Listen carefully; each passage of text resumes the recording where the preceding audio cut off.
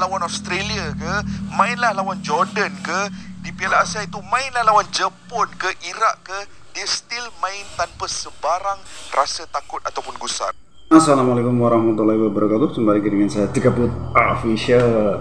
Bagaimana kabarnya? Semoga kesehatan dan kebahagiaan selalu menemani hidup Anda. Baik kawan, baru saja kita simak sebentar cuplikan video tanggapan anak muda Malaysia terhadap keberhasilan Indonesia yang baru saja mengalahkan Korea Selatan. Ini masih euforia, kita masih ngobrol euforia kebahagiaan masyarakat Indonesia karena berhasil mengalahkan Korea Selatan di babak 8 besar atau perempat final dini hari semalam ya, dengan kemenangan yang sangat dramatis.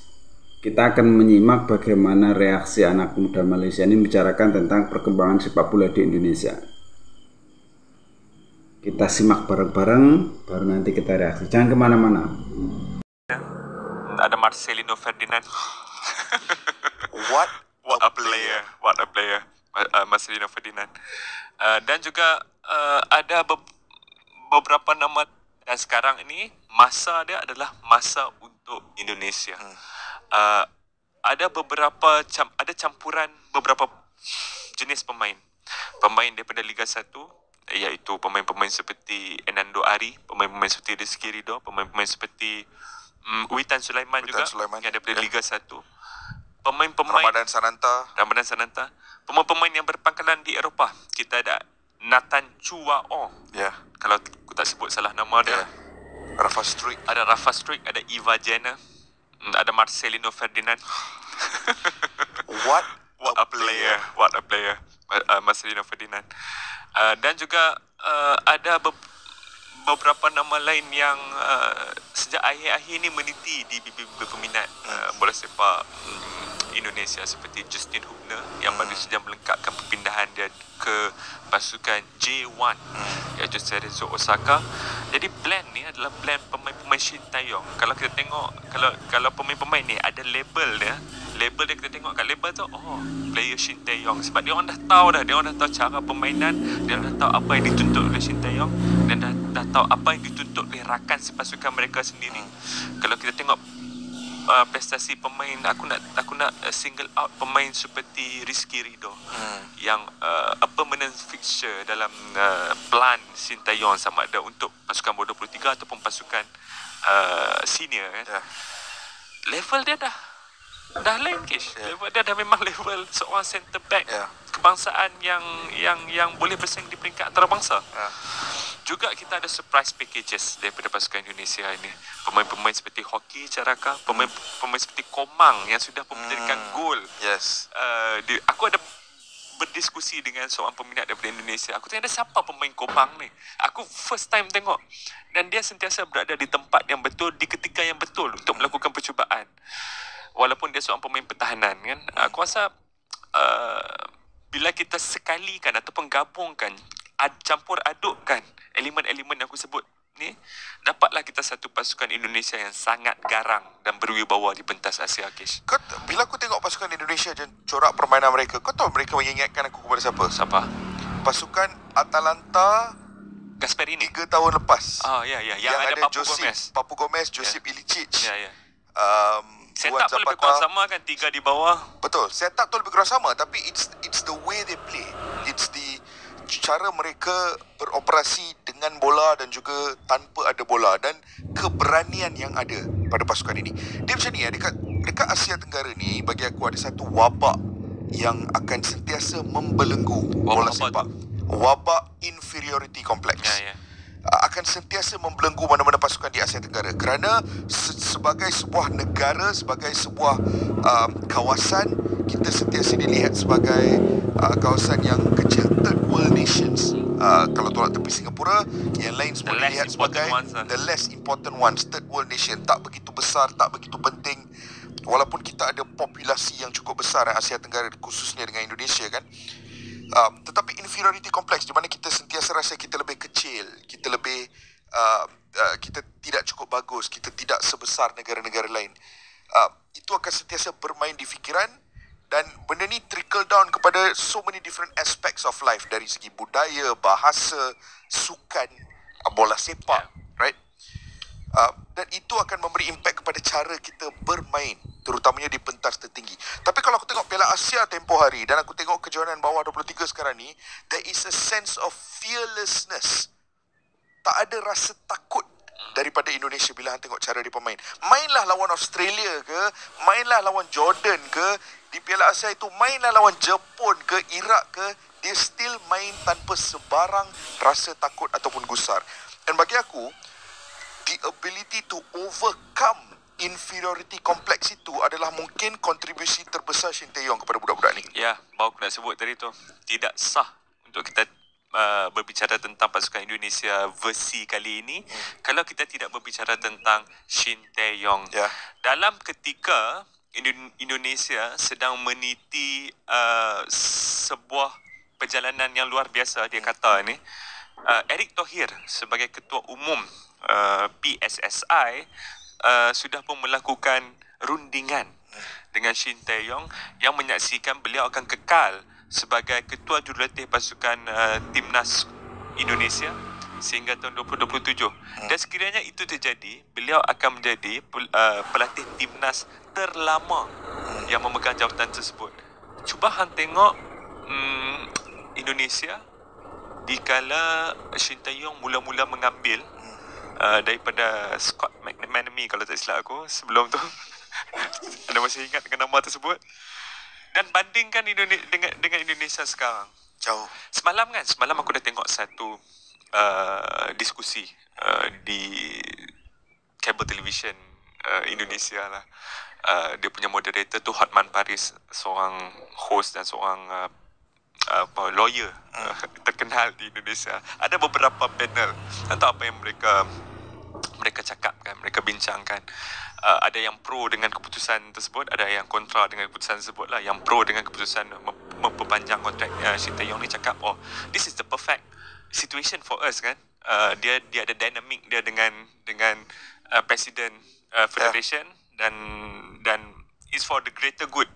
Sekarang ni sangat positif.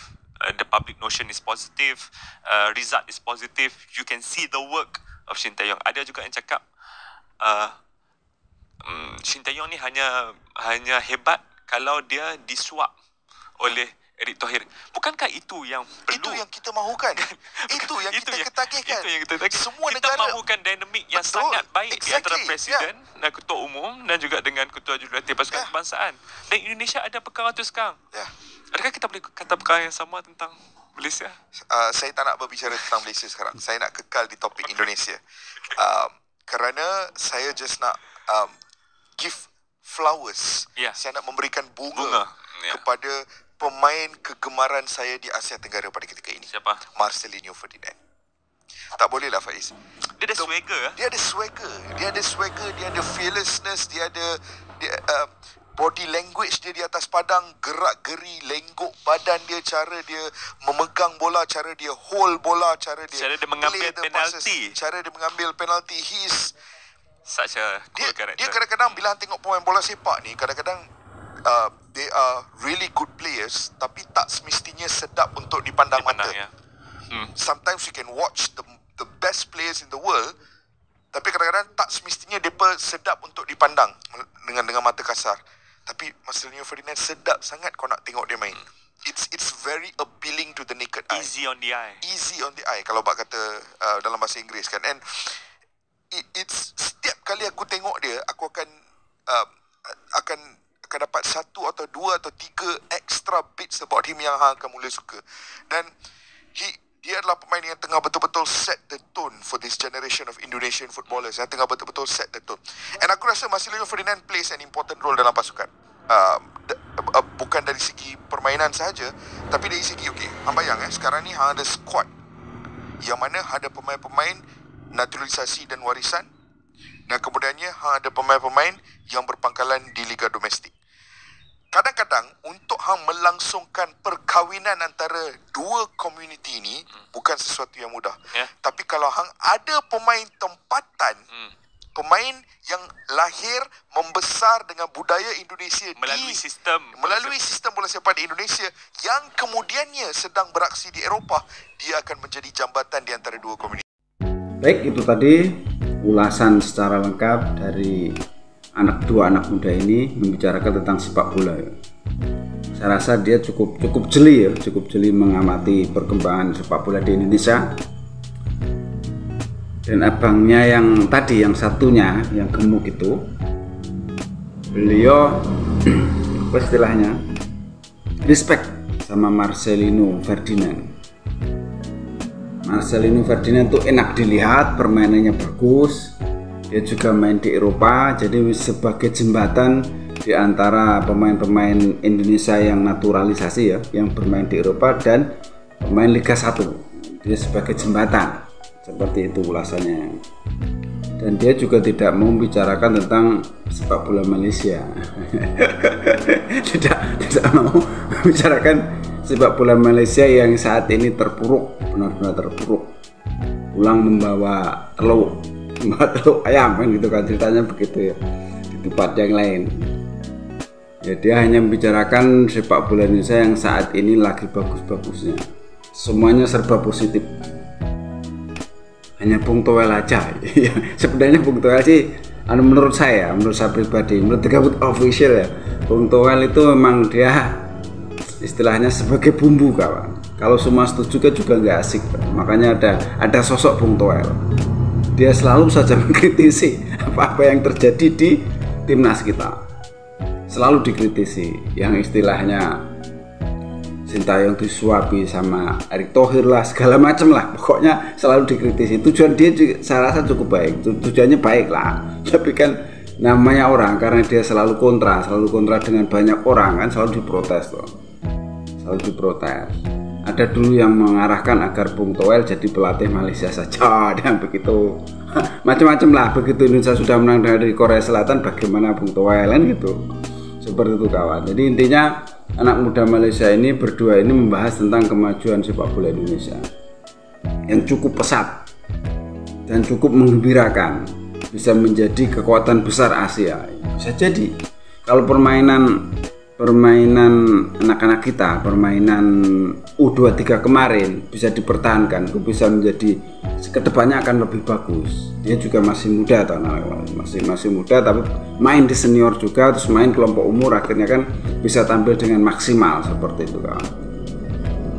Dan kedepannya yang jelas lebih top lagi gitu. Makanya dia kan sangat respect dengan perkembangan sepak bola di Indonesia, terutama kepada Bapak Erick Thohir sebagai pucuk pimpinan PSSI, terus dan juga yang mengambil Sintayong, seperti itulah yang dibicarakan kayak tadi, dan tidak membicarakan persepak bolaan di Malaysia yang saat ini lagi terpuruk-puruknya.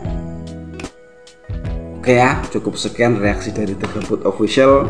Kita masih euforia, bahagia menyambut kemenangan Indonesia atas Korea Selatan, dan kita akan menunggu semifinal nanti siapa yang akan menjadi lawan Indonesia, apakah nanti Arab Saudi atau Uzbekistan. Cukup sekian, ada salah-salah kata mohon maaf, ada yang baik ambil sebagai pelajaran, yang jelek buang saja. The Gabut Official. Wassalamualaikum warahmatullahi wabarakatuh.